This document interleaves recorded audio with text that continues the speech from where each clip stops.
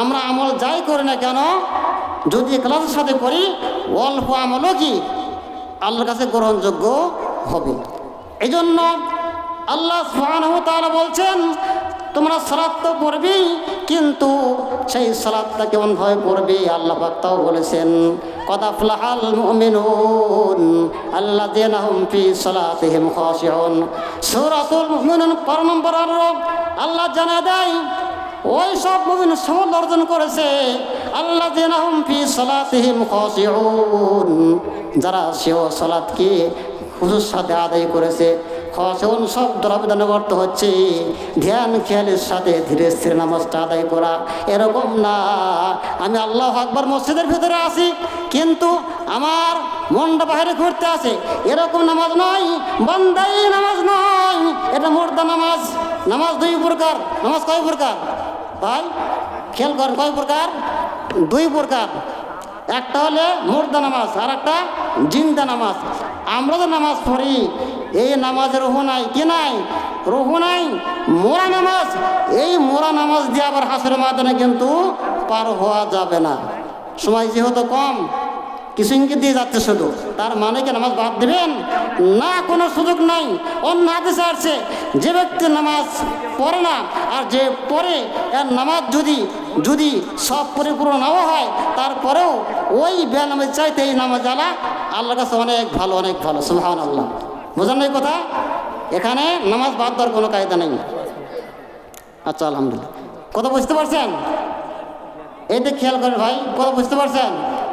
যদি নামাজ সে পড়ে, আমি নামাজ পড়ে আমার নামাজ সব কম হয়, আমার সহি শুদ্ধ সুরা নাই, বা আমি তাসবিহ তেমন নাম পড়তে পারি না, কোনো মতো আল্লাহু আকবার কিছু নামাজ এই সেটা পড়ি। আর কিন্তু আমি যে নামাজ পড়ি, আপনি পড়েন না, কিন্তু আপনি যে পড়েন না, আপনার চাইতে কি যে নামাজ পড়ে সে আল্লাহর কাছে অনেক দামি। সুবহানাল্লাহ। এই জন্য নামাজ পড়তেই হবে, নামাজ কায়েম করতেই হবে। কায়েম না করলে কিন্তু হাসরের ময়দানে কিন্তু পার হওয়া যাবে না। অন্য হাদিসে আসছে, রাসূল বলেন, আমার মন চায় আযান হওয়ার পরেও যদি কোনো মানুষ মসজিদে নামাজ না পড়ে, ওই জায়গায় নামাজ পড়ে নাই, ঘরে নামাজ পড়ে নাই, আমার মন চায় অনেকগুলি জ্বালানি কাজ সংগ্রহ করতে আদেশ দেই, কিছু যুবককে বলি এবং তাদের বাড়িতে যাই, যায় তাদের বাড়ি ঘর আগুনে পোড়ায় দেই। চিন্তা করছেন?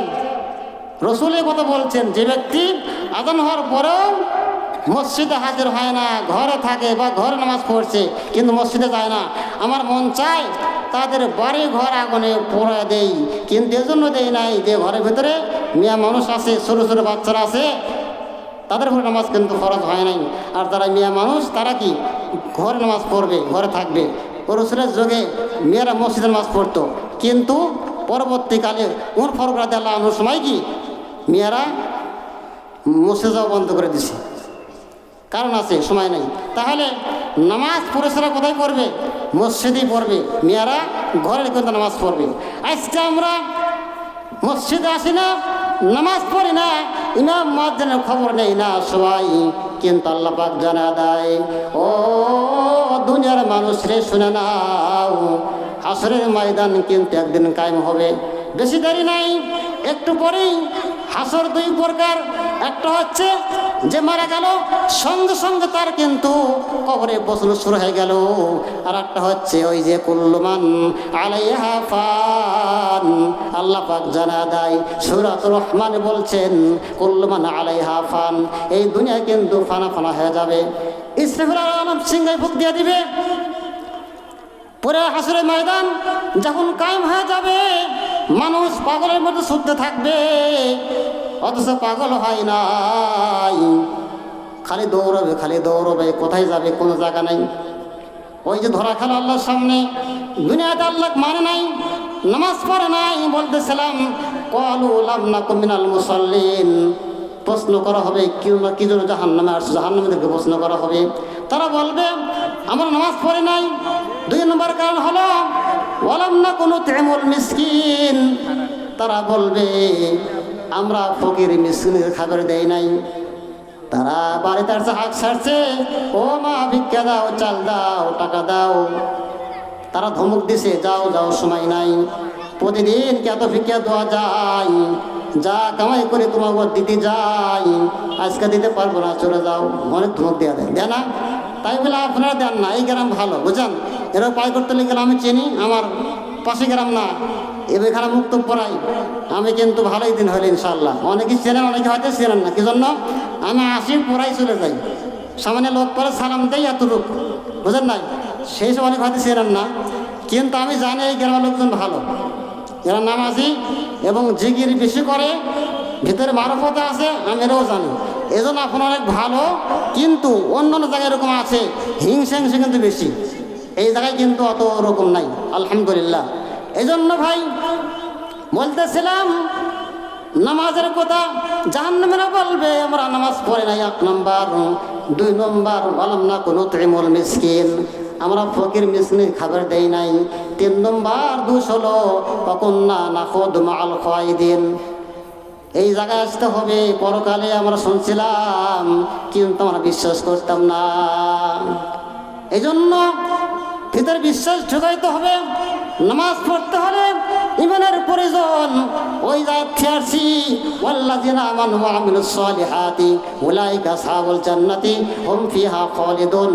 আল্লাহ পাক জানা দেয়, ওয়াল্লাযিনা আমানু, যারা ঈমান নিয়ে আসবে, ওয়া আমিলুস সালিহাত, আমলে সালেহ করবে, উলাইকা আসহাবুল জান্নাহ, তারা জান্নাতের অধিবাসী, হুম ফিহা খালিদুন, সেখানে তারা চিরন্তন থাকবে। সুবহানাল্লাহ।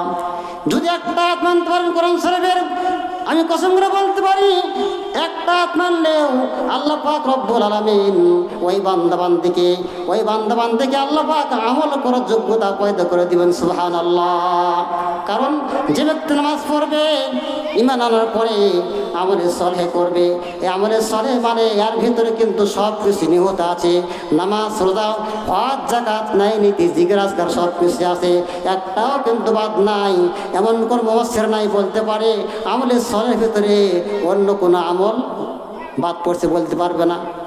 তাহলে একটা কত সুন্দর যুক্তি আল্লাহ বলছেন, ঈমান নিয়ে আসো 1 নম্বর, 2 নম্বর সালাত, আমলে সালেহ করো। আমলে সালেহের ভিতরে কিন্তু নামাজটা আছে, অবশ্যই আছে, নামাজটা আছে।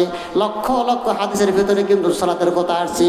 সব কিছু মিলাই হচ্ছে ইবাদত। মা খালাকতুল জিন্না ওয়াল ইনসা ইল্লা লিয়াবুদুন। আল্লাহ পাক তাই জানা দেয়, আমি জিন ইনসানকে সৃষ্টি করেছি ইল্লা লিয়াবুদুন, আমার ইবাদত করার জন্য। সুবহানাল্লাহ। একটা প্রশ্ন আপনাদের করব, আমি শেখার জন্য গুণাগার মানুষ, যে ইবাদত মানে কি? ইবাদত মানে কি কে বলতে পারবেন? যেহেতু আপনারা আলোচনা অনেক শুনছেন সারা জীবন, অবশ্যই আপনারা অনেকে জানেন, হয়তো করবেন না, এরকম হতে পারে, কিন্তু ইবাদত মানে হচ্ছে কি? ইবাদত মানে হচ্ছে আল্লাহ সুবহানাহু ওয়া তাআলার যখন যে হুকুম যথা সময় আদায় করার নাম হচ্ছে ইবাদত। আমার সাথে বলেন, আল্লাহ পাকের যখন যে হুকুম যথা সময় আদায় করার নাম হচ্ছে ইবাদত। এই জন্য 5 ওয়াক্ত সালাত কিন্তু নামাজ আদায় সময় মতো আদায় করতে হবে। আদায় না করলে অবশ্যই কিন্তু হাসরের ময়দানে আল্লাহর সামনে আমরা ধরা খাবো। এই জন্য আমি আর সামনে বাড়াবো না, আমাদের দ্বিতীয় বক্তা আসছে ইনশাআল্লাহ।